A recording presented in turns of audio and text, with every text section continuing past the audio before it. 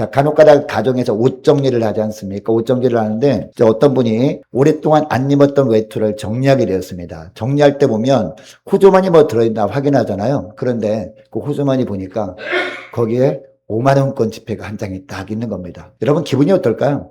전혀 예상치 못한 이 꽁돈이 생긴 거 아니겠습니까? 그 기분이 너무 좋았다는 겁니다. 그래서 야, 보물을 찾았다라는 느낌이 들더래요. 여러분 생각해보면 그 돈 원래 누구 거였나요? 그 사람 거였잖아요. 잊어버린 것 뿐이지. 그 사람이 그동안 계속 갖고 있었는데 잊어버린 것 뿐이지 새롭게 생긴 것은 아니었다라는 겁니다. 여러분 오늘날 우리 신앙도 비슷합니다. 우리는 무언가를 더 얻으려고 굉장히 분주한 삶을 우리는 살아갑니다. 그러나 정작 값진 보물, 가장 값진 보물은요 이미 우리에게 주어진 가운데 있어요. 전부 다 값진 보물을 가지고 있다는 겁니다. 자, 그런데 그 보물은 안주머니 깊숙이 놔둔 다음에 꺼내보지도 않고서 다른 것들이 더 값진 것이 있지 않나 라면서 우리가 살아갈 때가 많다는 겁니다. 여러분 전에 교회에서 중고등부를 맡을 때였는데 이제 시험 기간이 돼서 한동안 교회를 안 나오는 겁니다. 그 친구가 4주 뭐 이렇게 안 나오니까 찾아갔어요. 교회 바로 옆에 있는 집이라서 찾아가서 이제 어머니를 만났습니다. 어머니가 집사님이셨거든요.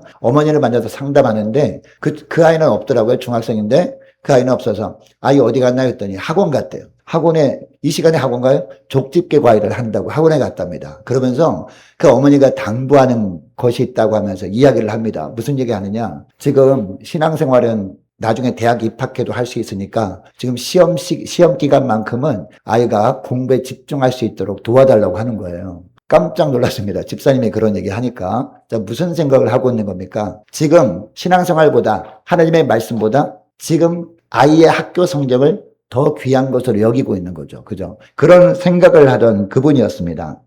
이 시간에 우리 주님께서 묻고 계십니다. 저와 여러분에게. 너희들은 무엇을 가장 소중한 것으로 여기고 있느냐? 무엇을 가장 귀한 보화로 여기고 있느냐라고 묻고 계신데 여러분 오직 하나님께서 이미 저와 여러분에게 주신 이 하늘의 지혜에 대해서 우리가 계속 살펴보지 않습니까? 이 하늘의 지혜만을 가장 소중한 보화로 여기며 살아가시는 저와 여러분 되시기를 원합니다. 이게 가장 귀한 보화였구나라는 것을 언제 깨닫게 될까요? 우리가 살아가는 동안은 모를 수 있습니다. 언제요? 우리가 이 땅을 떠날 때 우리의 삶을 돌아보면서 그때 느끼게 되는 거예요. 그때 모든 것은 다 사라집니다. 지식도 다 사라져요. 미모도 사라집니다. 재물도 다 사라져요. 빈손으로 하나님 앞에 나가게 되는데 심지어는요 우리가 자랑하던 육체도 다 사라집니다. 육체는 흙으로 돌아가요. 뭐만 남습니까? 우리 영혼만 남게 되거든요. 그때 무엇만 또 남게 됩니까? 내가 그동안 귀하게 여겼던 하늘의 보화만 남게 된단 말입니다. 주님의 말씀은 생생하게 우리 심령 가운데 각인되어 있기 때문에 사라지지 않는다라는 거죠. 그때 늦게 깨달으면 우리가 후회하지 않겠습니까? 여러분 이것을 기억하시고 날마다 주님께서 이미 우리에게 주셔서 우리가 가지고 있는 이 하나님의 말씀, 이 하늘의 지혜를 가장 귀한 보화로 여기며 살아갈 수 있기를 축복합니다. 여러분 우리가 하늘의 지혜를 가장 귀한 것을 여기며 살기 위해서 기억해야 될 것이 있습니다. 뭘 기억해야 되느냐? 가장 값진 보화도 붙들지 아니하면 잃어버리게 된다라는 사실입니다. 자, 3절, 4절 말씀 보시기 바랍니다. 먼저 3절 말씀 보니까 나도 내 아버지에게 아들이었으며 내 어머니 보기에 유약한 외아들이었노라 라고 하면서 4절에 보니까 뭐라고 하는지 4절 말씀 자 우리 함께 읽습니다. 시작. 아버지가 내게 가르쳐 이르기를 내 말을 내 마음에 두라 내 명령을 지키라 그리하면 살리라. 아멘. 하반절에 나오는 내 말이라는 것은 무슨 얘기입니까? 바로 하늘의 보화를 말하는 거예요. 여러분 여기서 아버지는 하나님을 상징하는 그런 인물입니다. 이렇게 할 때 영적으로 살게 된다라는 겁니다. 마음에 두라라는 것은 결코 잊지 않도록 내 마음에 새기라 라는 뜻입니다. 여러분 사사기를 보면요 이스라엘은 광야 40년을 거쳐서 마침내 가나안 땅으로 들어갑니다. 가나안에 들어가기 전에 하나님께서 모세를 통해서 뭘 주셨습니까? 바로 율법을 주셨거든요. 하나님의 말씀을 주셨습니다. 그리고 분명히 언약을 주셨는데 어떤 언약을 주셨습니까? 이 땅에 너희를 들어가게 되면 하나님만을 왕으로 섬기라. 이처럼 하나님이 영원토록 그들이 하나님이 되도록 하나님만을 왕으로 섬기라. 그러면 너희들이 영원토록 이 땅에서 살게 될 것이다. 이런 말씀하셨단 말입니다. 여호수아의 인도로 이스라엘은 수많은 전투를 벌입니다. 백전백승을 합니다. 물론 아이성에서 실패를 하지만 결국에 승리하잖아요. 백전백승을 하는 것은 그 결정적인 이유가 무엇이었습니까? 하나님만을 앞세웠던 거죠. 하나님의 지혜만 오직 의지하며 나갈 때 주님께서요. 싸워주시고 승리케 해주셨습니다. 자, 그런데 전쟁이 끝났습니다. 땅 분배도 끝났어요. 12지파 땅 분배에서 이게 하나님이 우리에게 주신 땅이구나 라고 하면서 각각 흩어져서 각 지파별로 살게 됩니다. 그런데 가보니까 여러분, 하나님께서 가나안 땅 전투에서 이제 그 전쟁에서 승리케 해주셨으면 100% 깨끗하게 다 7족속들을 몰아내고 그냥 빈 땅으로 주시면 얼마나 좋았을까요? 얼마나 좋았을까요? 그죠? 근데 그들이 그 땅에 가보니까 이 산지마다 누가 있었어요? 남아 있었던 거죠. 패잔병들이 남아 있었던 거죠. 그런데 그 패잔병들이 가만히 보니까요, 그냥 패잔병들이니까 아무것도 무장하지 않은 채 살던 것이 아니라 엄청난 무기로 무장한 가운데 철병가가 있었고 무시무시한 무기로 무장된 가운데 있었던 겁니다. 여러분, 하나님은 이처럼 단번에 다 내쫓아 주실 수도 있었지만 이처럼 남겨놓은 이유가 뭘까요? 백성들이 가난의 평안 속에서 영적으로 해해질까 봐 그런 거예요. 그래서 늘 하나님을 의지하고 깨어있도록 하신 거란 말입니다. 우리에게도 마찬가지거든요. 하나님께서 우리 삶 가운데 있는 여러 가지 문제들을 싹 다 풀어주시고 그냥 평안하게 살면 얼마나 좋겠습니까? 그렇게 해주시면. 그렇게 하실 수도 있는 하나님이세요. 왜? 하나님은 전능하신 분이시기 때문에. 자, 그런데 우리가 한 문제 지나가면 또 돌아보면 또 문제 있습니까? 없습니까? 또 있다라는 거죠. 자녀 문제가 해결되면 경제적인 문제가 찾아오죠. 경제적인 문제가 해결되면 그 다음에 건강 문제가 찾아오죠. 왜 이렇게 문제가 계속 끊이지 않고 있느냐? 그것은 뭐냐? 우리가 영적으로 해이해지지 않도록 그렇게 하는 겁니다. 여러분, 문제가 없으면 여러분 기도할까요? 문제가 없으면 기도하지 않겠죠. 아이고, 여기가 조상원이라고 하면서 그냥 적당히 세상과 어울려 살지 않겠습니까? 문제가 없으면. 그래서 문제를 주시는 거예요. 가나안 백성들에게도 그래서 이처럼 가나안 7족속도 일부 남겨놓은 겁니다. 영적 전투를 하라고. 자, 그래서 위기가 찾아올 때마다 하나님은 사사를 세우신 겁니다. 백성들이 사사를 통해서 주신 하나님의 말씀대로 순종합니다. 회개합니다. 주님께 돌이킵니다. 그러면 하나님이 또 전쟁에서 승리케 하십니다. 자, 전쟁에서 승리한 평화가 찾아옵니다. 그럼 백성들은 또 어때요? 평화가 찾아오니까 아이고 좋구나라고 하면서 영적으로 해해집니다. 또 죄를 범합니다. 그러면 또 대적들이 공격을 받게 하고, 그럼 하나님은 또 사사를 또 세우십니다. 이게 반복되는 것이 바로 사사기 말씀이거든요. 평안이 찾아오게 되면 그들은 어김없이 방심했고 어김없이 우상을 숭배했던 연약한 자들이었다는 겁니다. 그러면 다시 고난이 임하고 고난 중에 회개하면 용서하시고 사사를 보내시고 또 승리케 하시고, 이게 반복되었던 겁니다. 자, 그런데 여러분, 삼손 이후에 이제 사사기 17장 6절에 보면 너무나 우리가 보기에는 충격적인 한 구절이 나와요. 그 구절이 뭐냐? 그때에 이스라엘에 왕이 없었으므로 사람마다 자기 소견에 옳은 대로 행하였더라 라는 구절입니다. 여러분, 그 당시에 이스라엘에 왕이 정말 없었습니까? 인간 왕은 당연히 없었겠죠. 사사가 세워졌던 시대였기 때문에. 그러나 그들에게 진짜 왕이 있었잖아요. 인간 왕이 아니라 만왕의 왕 대신 하나님께서 그들이 진짜 왕이셨거든요. 자, 그런데 그때는 이스라엘에 왕이 없으므로 라고 하고 있습니다. 그래서 사람마다 자기 소견에 옳은 대로 행하였더라 라고 하고 있습니다. 그들은 하나님의 왕 되심을 마음에 두지 않았다라는 겁니다. 마음에 들지 않은 거예요. 눈에 보이잖아. 하나님이 무슨 왕이야. 다른 나라처럼 우리도 눈에 보이는 왕이 있으면 좋은데 눈에 보이지도 않는 무슨 왕이야 라고 하면서 자기들 마음대로 살았다라는 겁니다. 그래서 하나님을 여러 우상들 중에 하나로 취급하며 필요할 때만 이용하려고 했던 겁니다. 자, 그런데 더 큰 문제는 그 다음에 있었는데요. 그들은 그러다 보니까 자기 속인대로 마음대로 살다 보니까 자식들에게 신앙을 전수해주지 못한 겁니다. 바른 신앙을. 그 결과 후손들은요, 여러분, 교회를 보면 다음 세대들 위한 교육들을 하잖아요. 그러다 보니까 이스라엘 백성들에게 다음 세대가 있었던 것이 아니라 육신적인 자손들이 있었죠. 육신적인 자손들은. 그러나 그들이 다음 세대가 되지 못하고 하나님의 뜻과는 어긋난 다른 세대가 되어버리고 만 겁니다. 여러분, 우리 교회 각 가정의 자녀들도요, 다음 세대가 되어야지 다른 세대가 되면 안 돼요. 다음 세대를 위해서 우리가 그렇게 기도하는 겁니다. 세상과 닮아가는 하나님 뜻과는 다른 세대로 살아가는 자녀들을 위해서 눈물로 기도해야 되는 이유가 바로 그거라는 겁니다. 하나님을 모르고 자기 눈에 좋은 식대로 살아가는 세대가 되고 말았다는 겁니다. 자, 그러다 보니까 신앙의 유서는 점점 끊겨져 갔습니다. 자기 눈에 좋은 대로 살아가는 세대가 되고 세상의 가치관이 자녀들의 영혼을 그냥 잠식해버린 겁니다. 그 비극의 열매가 뭔지 아십니까? 사사기 17장부터 21장까지 여러분 읽어보셨죠? 읽어보시면 끔찍한 장면이 나오잖아요. 동성애가 만연합니다. 그죠? 그리고 어떤 한 여성을 집단으로 성폭행해서 그 여성이, 이 남편이 어떻게 합니까? 이제 성폭행당해서 죽은 자기 첩의 시신을 12덩이로 나눠서 각 지파에 보내잖아요. 각 지파에서 저 지파는 죽여야 되라고 하면서 한 지파와 전체 지파가 내전이 벌어지지 않습니까? 이런 말도 안 되는 일이 벌어진 결정적인 이유가 뭡니까? 하나님이 왕이신데 하나님을 왕으로 취급해주지 않은 겁니다. 자기 마음대로 자기 속임대로 살다 보니까 다음 세대가 일어나지 못하고 다른 세대로 전락해버린 결과가 바로 이것이었단 말입니다. 여러분, 이것이 사사시대에 국한된 이야기가 아닙니다. 오늘날도 똑같이 벌어질 수 있는 이야기라는 거죠. 여러분, 1900년대까지만 해도, 심지어는 여러분 2000년대 초반, 중반 때까지만 해도요, 주일학교마다 그래도 아이들이 많았거든요. 제가 중등부 맡을 때만 해도 그때도 그 교회가 영아부, 유치부, 유아부, 초등부, 소년부, 유년부 이렇게 있었거든요. 근데 지금은 유초등부만 있대요. 그래서 핑계를 대긴 합니다. 지금 인구 절벽 시대라서 초등학교마다 한 반에 인원수가 적잖아요.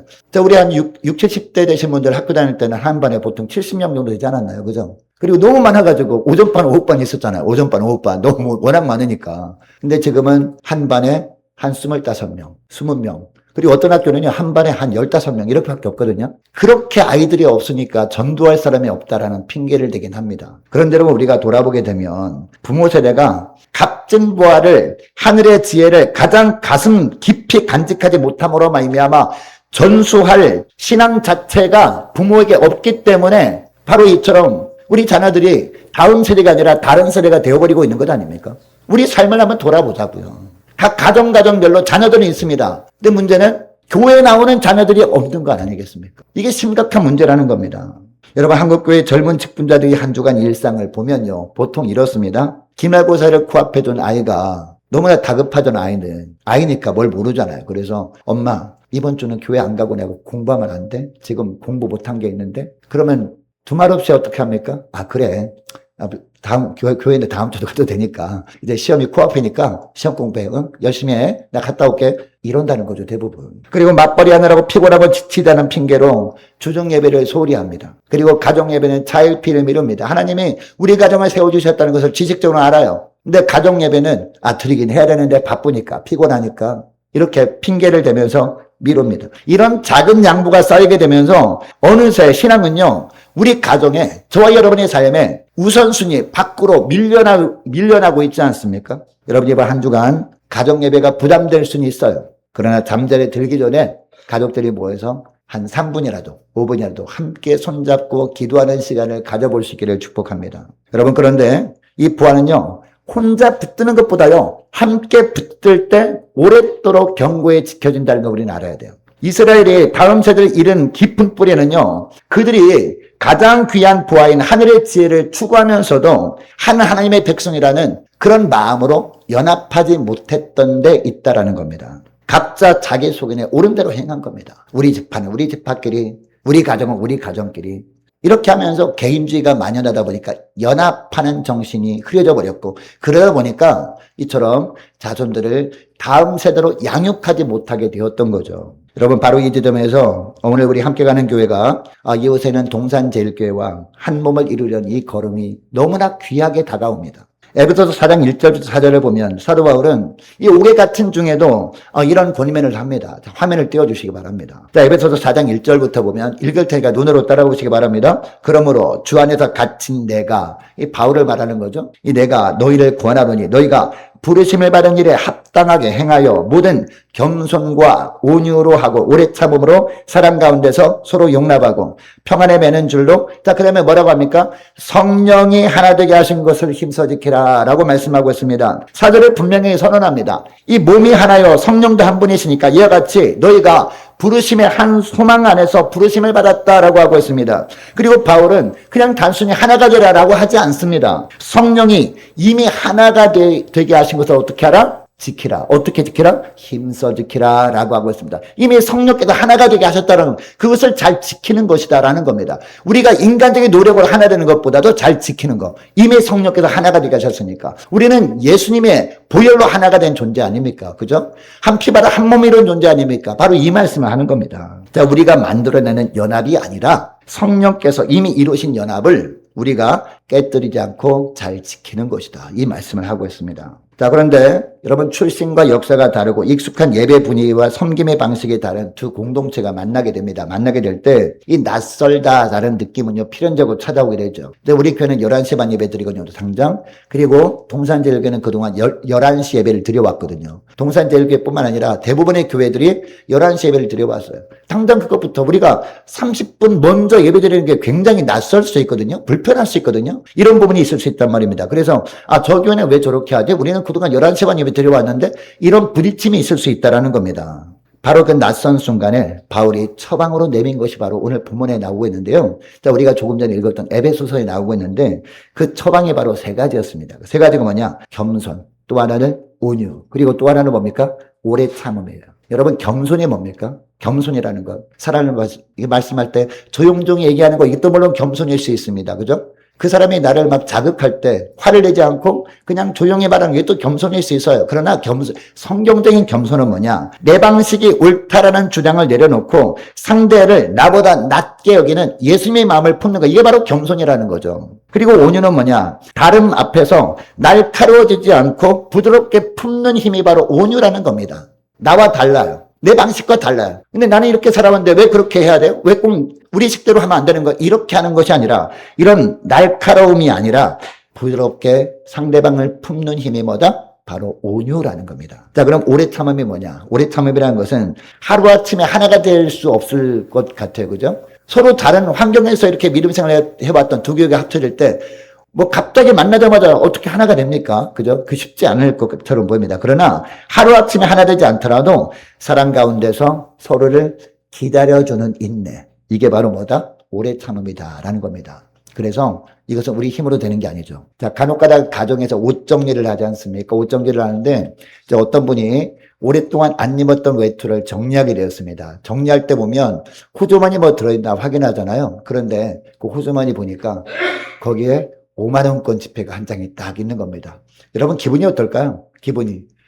전혀 예상치 못한 이 꽁돈이 생긴 거 아니겠습니까? 그 기분이 너무 좋았다는 겁니다. 그래서 보물을 찾았다라는 느낌이 들더래요. 여러분 생각해보면 그 돈 원래 누구 거였나요? 그 사람 거였잖아요. 잊어버린 것 뿐이지. 그 사람이 그동안 계속 갖고 있었는데 잊어버린 것 뿐이지 새롭게 생긴 것은 아니었다라는 겁니다. 여러분 오늘날 우리 신앙도 비슷합니다. 우리는 무언가를 더 얻으려고 굉장히 분주한 삶을 우리는 살아갑니다. 그러나 정작 값진 보물, 가장 값진 보물은요 이미 우리에게 주어진 가운데 있어요. 전부 다 값진 보물을 가지고 있다는 겁니다. 자, 그런데 그 보물은 안주머니 깊숙이 놔둔 다음에 꺼내보지도 않고서 다른 것들이 더 값진 것이 있지 않나 라면서 우리가 살아갈 때가 많다는 겁니다. 여러분 전에 교회에서 중고등부를 맡을 때였는데 이제 시험기간이 돼서 한동안 교회를 안 나오는 겁니다. 그 친구가 4주 이렇게 안 나오니까 찾아갔어요. 교회 바로 옆에 있는 집이라서 찾아가서 이제 어머니를 만났습니다. 어머니가 집사님이셨거든요.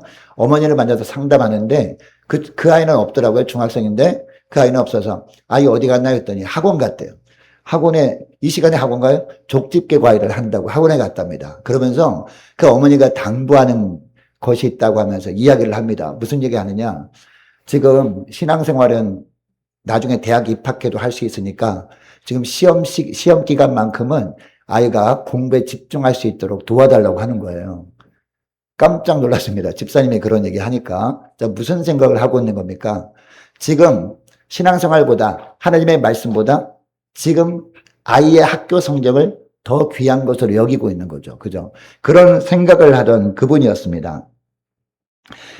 이 시간에 우리 주님께서 묻고 계십니다. 저와 여러분에게. 너희들은 무엇을 가장 소중한 것으로 여기고 있느냐? 무엇을 가장 귀한 보화로 여기고 있느냐라고 묻고 계신데 여러분 오직 하나님께서 이미 저와 여러분에게 주신 이 하늘의 지혜에 대해서 우리가 계속 살펴보지 않습니까? 이 하늘의 지혜만을 가장 소중한 보화로 여기며 살아가시는 저와 여러분 되시기를 원합니다.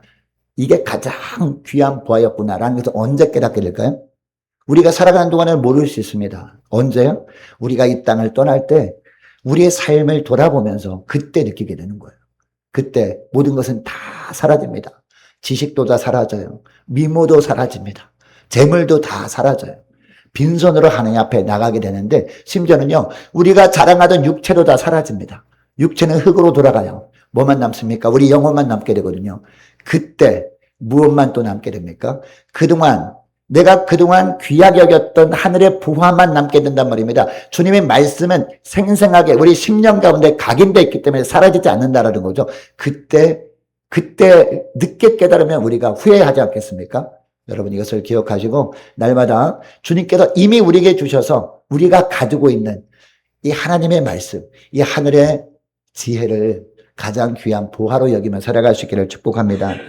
여러분 우리가 하늘의 지혜를 가장 귀한 것을 여기며 살기 위해서 기억해야 될 것이 있습니다. 뭘 기억해야 되느냐? 가장 값진 보화도 붙들지 아니하면 잃어버리게 된다라는 사실입니다. 자, 3절, 4절 말씀 보시기 바랍니다. 먼저 3절 말씀 보니까 나도 내 아버지에게 아들이었으며 내 어머니 보기에 유약한 외아들이었노라 라고 하면서 4절에 보니까 뭐라고 하는지 4절 말씀 자 우리 함께 읽습니다. 시작. 아버지가 내게 가르쳐 이르기를 내 말을 내 마음에 두라. 내 명령을 지키라. 그리하면 살리라. 아멘. 하반절에 나오는 내 말이라는 것은 무슨 얘기입니까? 바로 하늘의 부활을 말하는 거예요. 여러분 여기서 아버지는 하나님을 상징하는 그런 인물입니다. 이렇게 할 때 영적으로 살게 된다라는 겁니다. 마음에 두라라는 것은 결코 잊지 않도록 내 마음에 새기라라는 뜻입니다. 여러분 사사기를 보면요. 이스라엘은 광야 40년을 거쳐서 마침내 가나안 땅으로 들어갑니다. 가나안에 들어가기 전에 하나님께서 모세를 통해서 뭘 주셨습니까? 바로 율법을 주셨거든요. 하나님의 말씀을 주셨습니다. 그리고 분명히 언약을 주셨는데 어떤 언약을 주셨습니까? 이 땅에 너희를 들어가게 되면 하나님만을 왕으로 섬기라. 이처럼 하나님이 영원토록 그들이 하나님이 되도록 하나님만을 왕으로 섬기라. 그러면 너희들이 영원토록 이 땅에서 살게 될 것이다. 이런 말씀하셨단 말입니다. 여호수아 인도로 이스라엘은 수많은 전투를 벌입니다. 백전백승을 합니다. 물론 아이성에서 실패를 하지만 결국에 승리하잖아요. 백전백승을 하는 것은 그 결정적인 이유가 무엇이었습니까? 하나님만을 앞세웠던 거죠. 하나님의 지혜만 오직 의지하며 나갈 때 주님께서요 싸워주시고 승리케 해주셨습니다. 자, 그런데 전쟁이 끝났습니다. 땅 분배도 끝났어요. 12지파 땅 분배해서 이게 하나님이 우리에게 주신 땅이구나 라고 하면서 각각 흩어져서 각 지파별로 살게 됩니다. 그런데 가보니까 여러분 하나님께서 가나안 땅 전투에서 이제 그 전쟁에서 승리케 해주셨으면 100% 깨끗하게 다 7족속들을 몰아내고 그냥 빈 땅으로 주시면 얼마나 좋았을까요? 얼마나 좋았을까요? 그죠? 근데 그들이 그 땅에 가보니까 이 산지마다 누가 있었어요? 남아있었던 거죠. 패잔병들이 남아있었던 거죠. 그런데 그 패잔병들이 가만히 보니까요. 그냥 패잔병들이니까 아무것도 무장하지 않은 채 살던 것이 아니라 엄청난 무기로 무장한 가운데 철병가가 있었고 무시무시한 무기로 무장된 가운데 있었던 겁니다. 여러분 하나님은 이처럼 단번에 다 내쫓아 주실 수도 있었지만 이처럼 남겨놓은 이유가 뭘까요? 백성들이 가난의 평안 속에서 영적으로 해해질까 봐 그런 거예요.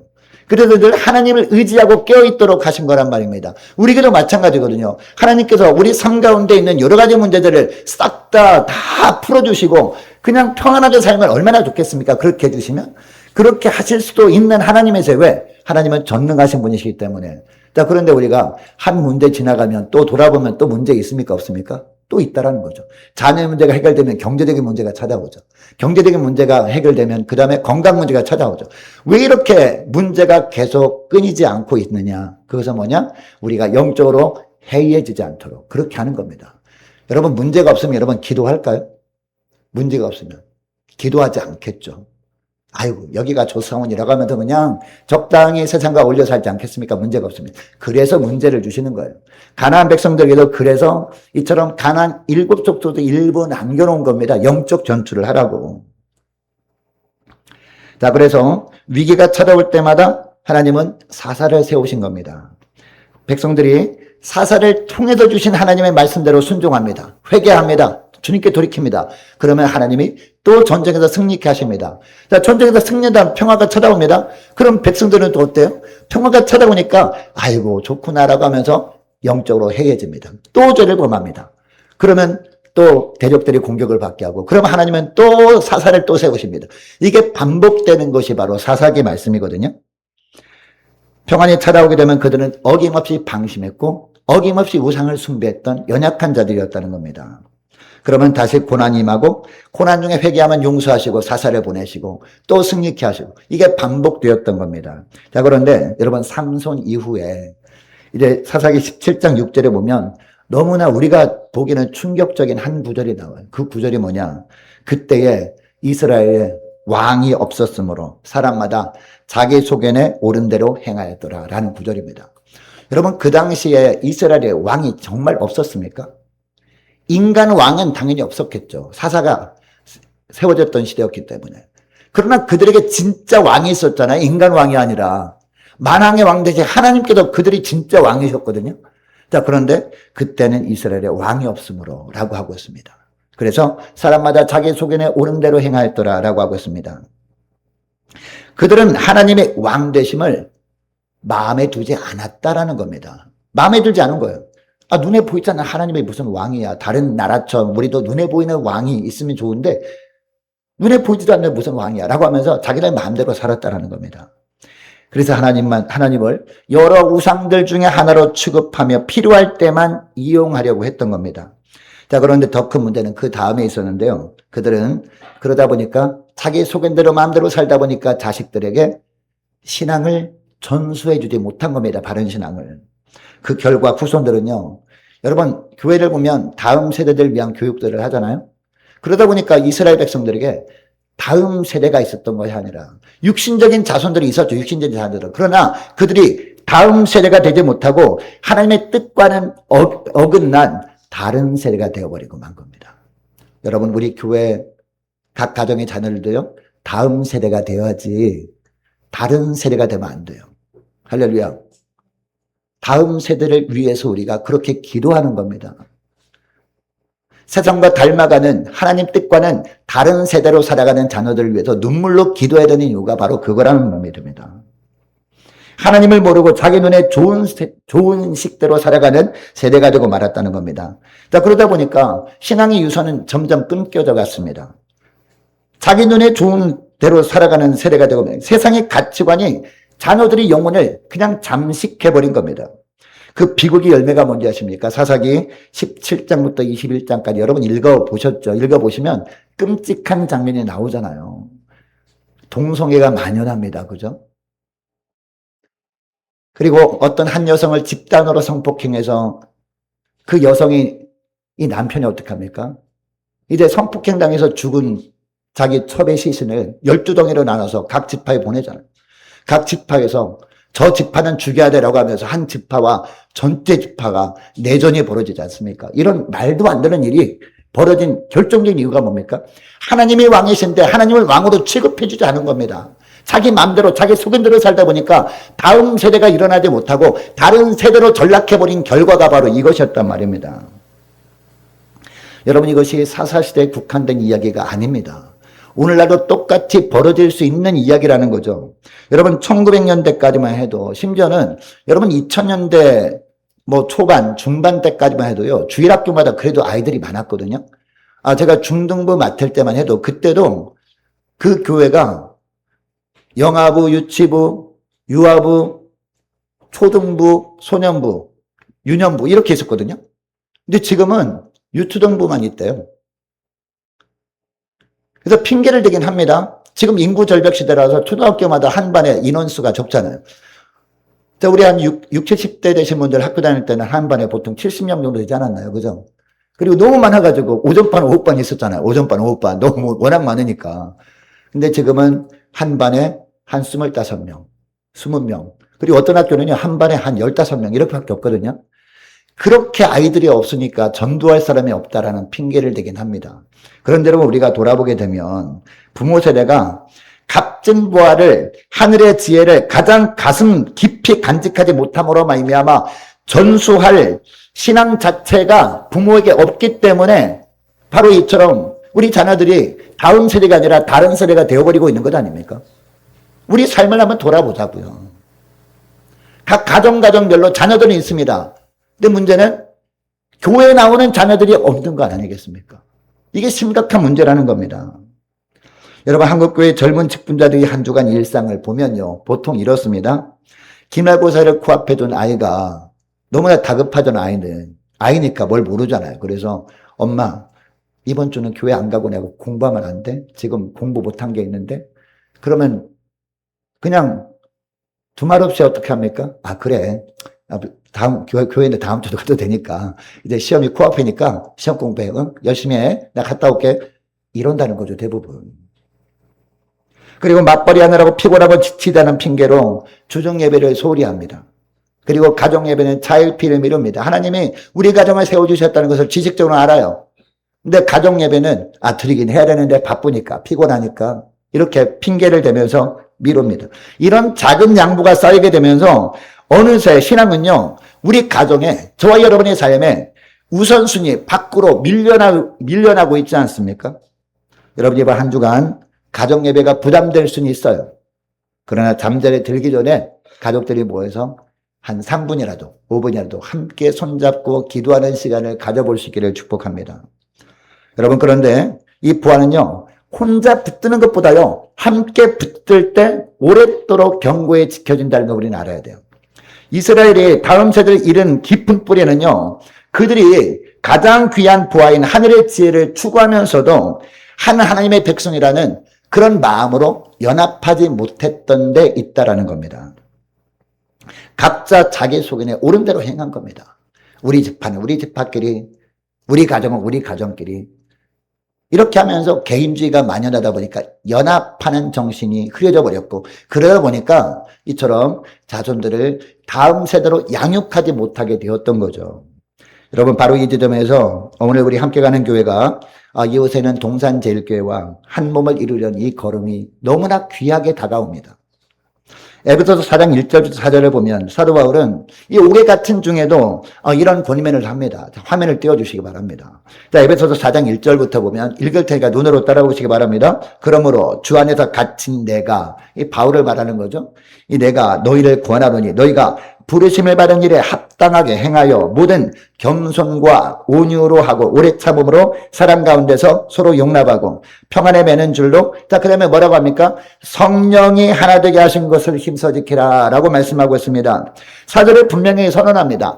이 몸이 하나요, 성령도 한 분이시니까 이와 같이 너희가 부르심의 한 소망 안에서 부르심을 받았다라고 하고 있습니다. 그리고 바울은 그냥 단순히 하나가 되라라고 하지 않습니다. 성령이 이미 하나가 되게 하신 것을 어떻게 하라?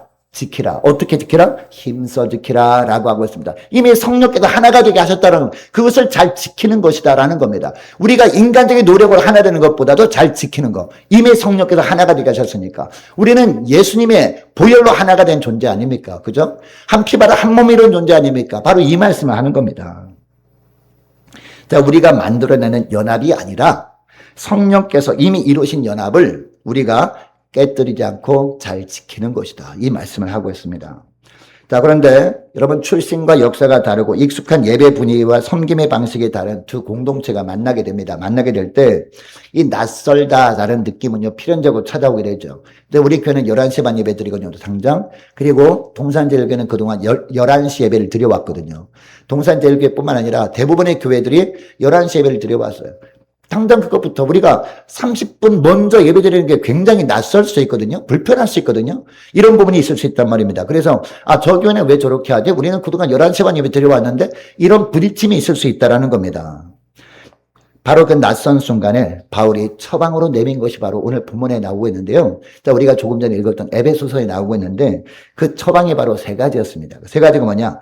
겸손, 또 하나는 온유, 그리고 또 하나는 뭡니까? 오래 참음이에요. 여러분, 겸손이 뭡니까? 겸손이라는 것. 사람을 말씀할 때 조용조용히 얘기하는 거, 이것도 물론 겸손일 수 있습니다. 그죠? 그 사람이 나를 막 자극할 때 화를 내지 않고 그냥 조용히 말하는 게 또 겸손일 수 있어요. 그러나 성경적인 겸손은 뭐냐? 내 방식이 옳다라는 주장을 내려놓고 상대를 나보다 낮게 여기는 예수님의 마음을 품는 거. 이게 바로 겸손이라는 거죠. 그리고 온유는 뭐냐? 다름 앞에서 날카로워지지 않고 부드럽게 품는 힘이 바로 온유라는 겁니다. 나와 달라요. 내 방식과 달라요. 근데 나는 이렇게 살아왔는데 왜 그렇게 해야 돼요? 왜 꼭 우리 식대로 하면 안 되는 거? 이렇게 하는 것이 아니라, 이런 날카로움이 아니라 부드럽게 상대방을 품는 힘이 뭐다? 바로 온유라는 겁니다. 자, 그럼 오래 참음이 뭐냐? 오래 참음이라는 것은 하루아침에 하나가 될 수 없을 것 같아요. 그죠? 서로 다른 환경에서 이렇게 믿음 생활을 해왔던 두 교회가 합쳐질 때 뭐 갑자기 만나자마자 어떻게 하나가 됩니까? 그죠? 그 쉽지 않을 것처럼 보입니다. 그러나 하루아침에 하나 되지 않더라도 사랑 가운데서 서로를 기다려주는 인내. 이게 바로 뭐다? 오래 참음이다라는 겁니다. 그래서 이것은 우리 힘으로 되는 게 아니죠. 성령께서 역사해 주셔야 되는 거라서 성령의 열매 중에 있는 겁니다, 여러분. 여러분이 성령의 열매, 세 가지 열매를 간절히 사모하며 살아가시는 저와 여러분 되시를 원합니다. 여러분, 다르다는 것은요, 틀리다라는 것은 아닙니다. 다름은 오히려 한 몸을 더 풍성하게 하려는 하나님의 의뢰인 줄 믿으시기 바랍니다. 여러분, 우리 몸이 있잖아요. 우리 몸에 지체들 있지 않습니까? 머리가 있고 지체들이 있어요. 팔과 다리와 그리고 배도 있고 등도 있고 그리고 오장육부가 있잖아요. 여러분 다 같아요, 달라요? 어떤 분이 속이 아파서 의사가 수술하려고 딱 했는데 거기에 간이 있잖아요. 폐가 있잖아요. 폐 보니까 발 모양으로 돼 있어. 그럼 큰일 난 건 아니겠습니까? 그죠? 다 다르잖아요. 손이인데 손이 갑자기 어느 날 발 모양으로 됐어. 안 되잖아요. 머리가 발 모양으로 됐어. 그건 안 되잖아요. 각자 다른 것 아니겠습니까? 그러니까 다른 것은 틀린 것은 아니다라는 거죠. 그러나 그 중심이 뭐가 돼요? 예수 그리스도가 중심이 돼야 돼요. 머리를 중심으로 지체가 각 다른 것처럼 교회의 머리는 누구예요? 예수님의 머리입니다. 예수님의 뜻을 중심으로 각자 의견이 다를 수 있거든요. 예수님이 중심으로 하는 의견이라면, 교회를 건강하게 하기 위한 의견이라면 그 사람의 생각이 나와 다르다고 그 틀린 것이 아니다. 서로 포용하고 사랑으로 하나가 될 필요가 있다. 이 말씀을 하는 거죠. 여러분, 동산제일교회가 걸어온 길, 그리고 우리가 걸어온 길이 다르잖아요. 그죠? 다르기 때문에 함께 모일 때 우리는 혼자서 하기 버거웠던 일도 우리가 능력 가운데 더 효과적으로 하게 되는 줄 믿으시기 바랍니다. 자, 여러분, 두 손바닥이 이렇게 마주칠 때, 여러분, 손바닥 박수 치면서 우리가 찬양하잖아요. 찬양할 때 박수 소리가 나려면 어떻게 해야 돼요? 어떻게 해야 돼요? 손바닥이 이렇게 하면 소리가 납니까? 소리가 나요? 아무리 이렇게 보다 소리가 안 나. 나 너랑 달라 하면서 막 이렇게 삑삑 하면 소리가 안 나요. 그죠? 그다음 어떻게 해야 돼요? 손바닥이 마주쳐야 소리가 나죠. 그죠? 이 손과 이 손은 다르잖아요. 비슷해 보이지만 달라요. 그러나 손바닥이 마주쳐야 소리가 나는 것처럼 서로 다른 두 공동체가 겸손과 온유와 그 다음에 하나 더 뭐다? 오래 참음. 이 오래 참음으로 서로 안아줄 때 비로소 아름다운 화음이 있게 되는 겁니다. 믿으십니까? 여러분, 이번 통합의 여정에서 다름을 경계의 이유로 삼지 마시고 사랑으로 끌어안을 수 있는 그런 기회로 삼으시는 여러분 되시기 원합니다. 그래서 우리 두 공동체가 함께 잃어버렸던 부활을 연합함으로 다시 강하게 붙들고 다음 세대에 물려주는 한 몸 된 교회로 나가시는 여러분 되시기를 원합니다. 자, 그리고 두 번째로, 우리는 그 부활의 정체를 분명히 아는 거예요. 그 부활가 도대체 뭔가? 하늘의 부활이라고 하는데 하늘의 지혜라고 하는데 그럼 하늘의 지혜가 뭔가? 이것을 우리가 분명히 알아야 된다는 겁니다. 자, 5절 말씀 보시기 바랍니다. 자, 5절 보니까 지혜를 얻으며 명철을 얻으라. 내 입에 무엇을? 말을 잊지 말며 어기지 말라라고 하고 있습니다. 그리고 7절도 보세요. 7절도 보니까 지혜가 제일이니 지혜를 얻으라. 내가 얻은 모든 것을 가지고 명철을 얻을지니라 라고 하고 있습니다. 여러분, 무슨 말씀을 하시는 겁니까? 하나님이 주시는 지혜가 인생에서 가장 우선해야 되는 그런 가치라는 겁니다. 이 지혜를 너무나 선명하게 보여주는 예수님의 예화가 있거든요. 우리 예수님께서 천국 비유를 말씀하시는 예화가 마태복음 13장 44절부터 나오는데 어떤 예화가 나오느냐? 밭에 감추인 보화 비유입니다. 여러분, 밭에 감추인 보화 내용 우리가 다 알잖아요. 어떤 사람이 우연히 그 밭을 이제 빌리게 되었습니다. 그 밭을 빌려서 그 밭에 농사를 짓게 되었는데 그 밭을 아무것도 없는 척박한 땅처럼 여기고 어떤 사람은 그 밭을 빌려주고 먼 나라에 떠났단 말이에요. 그 사람이 전쟁에 참여했는지는 몰라요. 한동안 안 돌아올 사람이었어요.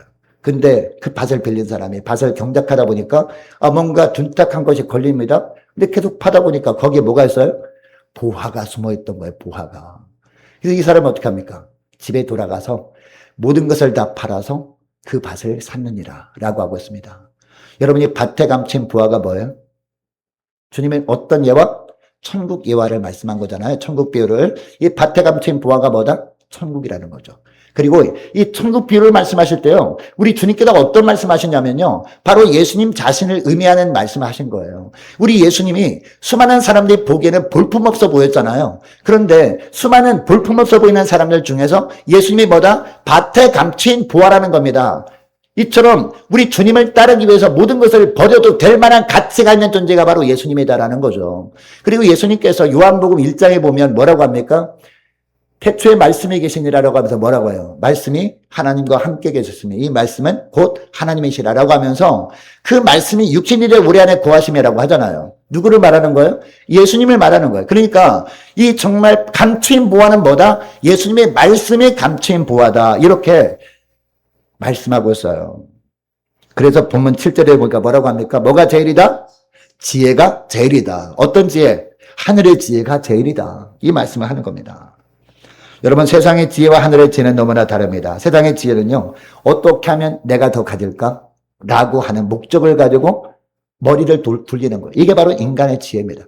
어떻게 하면 내가 더 인정받을까? 이것을 위해서 머리를 굴리는 게 이게 인간의 지혜라는 거죠. 그러나 하늘의 지혜는 뭐예요? 어떻게 하면 하나님을 더 깊이 알까? 어떻게 하면 하나님의 자녀로서 믿음으로 바르게 살까? 이것을 묻습니다. 여러분, 그렇죠? 세상의 지혜는요, 환경이 바뀌면 무너지게 되었어요. 그죠? 그러나 하늘의 지혜는요, 어떤 상황에서도 우리를 붙들어줍니다. 그것은 바로 보화 자체가 바로 예수 그리스도이기 때문에 지금도 부활하여 살아계신 예수 그리스도가 우리가 추구해야 될 보화이기 때문에 이 하늘의 보화, 하늘의 지혜를 추구하는 사람은요, 넘어지지 않는다라는 겁니다. 아무리 흔들려도 넘어지지 않는다라는 겁니다. 자, 문제는 우리가 이런 이 감추인 보화, 이 보화의 가치를 머리로는 인정합니다. 머리로는 인정하면서도 실제 삶에서는 다른 것을 더 값지게 여긴다는 게 문제 아니겠습니까? 자, 그런데 우리의 진짜 보물이 무엇인지 언제 드러나게 되는지 아십니까? 무엇을 위해 기꺼이 내가 희생하는가. 이것을 보게 되면 아, 이 사람이 어떤 것을 보화로 여기고 있구나라는 것이 드러나게 됩니다. 예를 들어 좋은 투자 정보가 딱 왔어요. 그럼 어떻게 합니까? 좋은 투자 정보가 오면 이 투자를 하면 몇 배 수익이 돼? 아, 그러면은 밤을 새서라도 막 그냥 그걸 공부합니다. 공부해서 그쪽으로 투자해서 수익을 남기려고 하죠.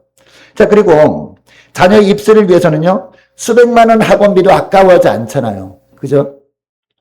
그리고 주말에 휴식도 기꺼이 내놓지 않습니까? 입시 설명회도 한다. 그 입시 설명회 가면은 정말 좋은 정보를 얻을 수 있다. 주말도 반납하고 갑니다. 심지어는요, 주일날 오전에 하면 주일 예배도 빠지더라고요. 그런 데는. 주일 예배도 빠져가면서, 아니, 목사님, 저 시골에 갑자기 급한 일이 있어요. 나중에 봤더니 입시 설명회 갔다 온 거예요. 그런데 정작 하나님의 말씀을 위해서는 바쁘라는 핑계로 시간을 우리가 내지 못할 때가 많지 않습니까? 여러분, 정말 어려운 것은 아닙니다. 우리가 스마트폰을 들여다볼 시간, 그거를 아예 들여다보지 말라는 것도 아니에요. 그 시간을 한 10%만 떼어서 하나님의 말씀에 투자하는 시간으로 갖게 된다면 주님이 기뻐하지 않을까요? 그리고 처음에는 10%, 그 다음에 우리가 10% 떼어서 우리가 말씀에 집중하다 보면요, 은혜가 임하잖아요. 그러면은 10%가 15%, 그다음 30% 하다가 우리가 날마다 하늘의 지혜로 충만한 삶을 살게 되는 줄 믿으시기 바랍니다. 무엇을 더하려 애쓰기보다 덜 귀한 것을 내주고 가장 귀한 것을 그 자리에 드리는 연습을 하는 것, 이것이 보화를 위해서 밭을 사는 행동이에요. 값진 보화를 위해서 그 밭을 사는 행동이 바로 이런 것이다라는 겁니다. 자, 그러면 보화를 끝까지 붙드는 자에게 하나님은 놀라운 축복을 약속하고 있거든요. 자, 오늘 본문에 보니까 6절 하반절 말씀 보시기 바랍니다. 6절 하반절 말씀 보면 지혜를 버리지 말라. 그가 너를 보호하리라. 그를 사랑하라. 그가 너를 지키리라. 라고 하고 있습니다. 우리가 지혜를 사랑하면 하나님께서 그 지혜를 통해서 우리를 보호하신대요. 하나님이 우리를 지켜주기를 원하시죠? 저와 여러분의 가정을 보호해주길 원하시죠? 밤마다 주님께서 우리를 붙들어주길 원하시죠? 그럼 어떻게 하면 됩니까? 지혜를 사랑하면 된다라고 말씀하고 있습니다. 인생의 안전과 영적인 생명을 하나님의 친히 지켜주시겠다라고 말씀하고 있어요. 그리고 나아가 8절 말씀 보시기 바랍니다. 8절 보니까 그를 높이라. 그리하면 뭐라고 합니까? 그가 너를 높이 들리라 라고 하고 있습니다. 여러분, 세상에서 높임 받기를 원하십니까? 사람들 앞에 존귀 여김을 받기를 원하십니까? 어떻게 하면 그런 축복을 주신다? 그를 높이라. 여러분, 여기 그는 뭐죠? 지혜입니다. 하늘의 지혜를 가장 귀한 가치로 여기면 주님께서 그것을 보시고 우리를 높여주신다. 우리가 존귀 여김을 받으며 살게 하신다. 이 말씀을 하는 겁니다. 그리고 9절 말씀도 보세요. 그가 아름다운 관을 내 머리에 두겠고 영화로운 면류관을 내게 주리라 라고 하고 있습니다.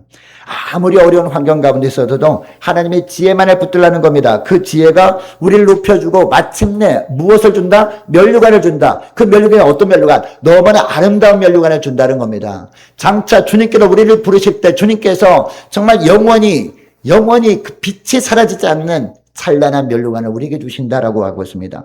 우리에게 진정한 승리를 주신다라는 말씀이죠.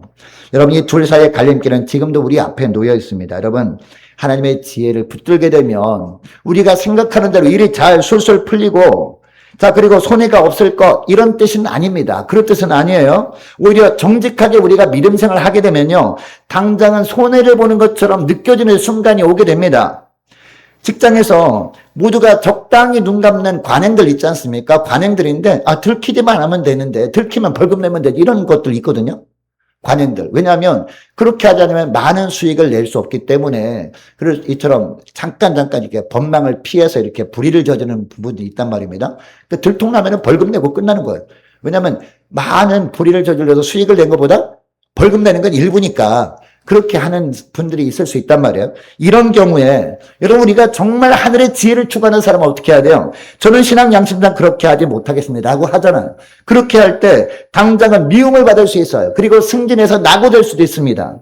부당한 거래로 큰 이익을 얻을 기회 앞에서 양심을 따라 거절하게 되면 통장에 찍히는 숫자가 적을 수 있어요. 그리고 주의를 지키느라 좋은 기회를 포기해야 될 때도 있습니다. 그러나 바로 그 순간이 우리가 하늘의 지혜를 진짜로 붙들고 있는가? 이것이 드러나는 순간인 줄 믿으시기 바랍니다. 여러분, 이때 오늘 본문의 약속을 꼭 기억할 수 있기를 원합니다. 지혜를 높이면 그 지혜가 나를 높인다. 이 말씀을 꼭 기억할 수 있기를 원합니다. 그리고 당장의 면류관은 보이지 않을 수 있지만 하나님은 그 길을 가는 자의 발걸음을 보호하시고 붙들어 주셔서 최종적으로 주님 앞에 갔을 때 하나님이 우리에게 주시는 진짜 승리의 면류관이 있다. 이 말씀을 하고 있다는 겁니다. 여러분, 이번 한 주간 손해처럼 보이는 이 정직한 선택 앞에 서게 될 때에 두려워하지 마시고 나는 하늘의 지혜를 택하겠습니다 라고 담대하게 선포하면서 믿음의 발걸음을 계속 걸어가시는 저와 여러분 되시기를 축복합니다. 자, 기도하겠습니다. 하나님 아버지, 감사합니다. 오늘 저희들을 하나님의 자녀로 불러주시고 하늘의 지혜라는 가장 값진 보화를 저희들의 손에 이미 쥐어주신 은혜를 감사드립니다. 그러나 저희들은 그 보화를 안주머니에 넣어둔 채 잊고 세상의 것들을 더 귀하게 여기며 분주하게 살아왔던 적이 있음을 고백합니다. 하나님, 이제 저희 심령 속에 덜 귀한 것들은 이제 버리고 그곳에 가장 귀한 보화인 주님의 말씀으로만 충만케 하는 저희를 되게 하여 주옵소서. 우리 함께 가는 교회가 동산제일교회의 한 몸을 이루게 한 귀한 걸음을 걷게 하심을 감사드립니다. 성령께서 이미 우리를 하나 되게 하셨음을 믿사오니 그 하나됨을 힘써 지킬 수 있는 저희를 되게 하여 주옵소서. 서로 다른 길을 걸어온 두 공동체가 만날 때 찾아오는 낯설음을 경계와 판단이 아니라 사랑으로 끌어안는 저희를 되게 하여 주옵소서. 내 방식만 옳다는 고집을 내려놓는 겸손을 주시고 다름 앞에서 날카로워지지 않는 온유함을 주시고 하루아침에 하나 되지 않더라도 사랑 가운데 서로를 기다리는 오래 참음의 은혜를 더하여 주옵소서. 두 손바닥이 마주쳐야 소리가 나는 것처럼 두 공동체가 서로를 안아서 한 몸의 아름다운 화음을 이루어가는, 그래도 주님께 영광 돌리는 복된 공동체 되게 하여 주옵소서.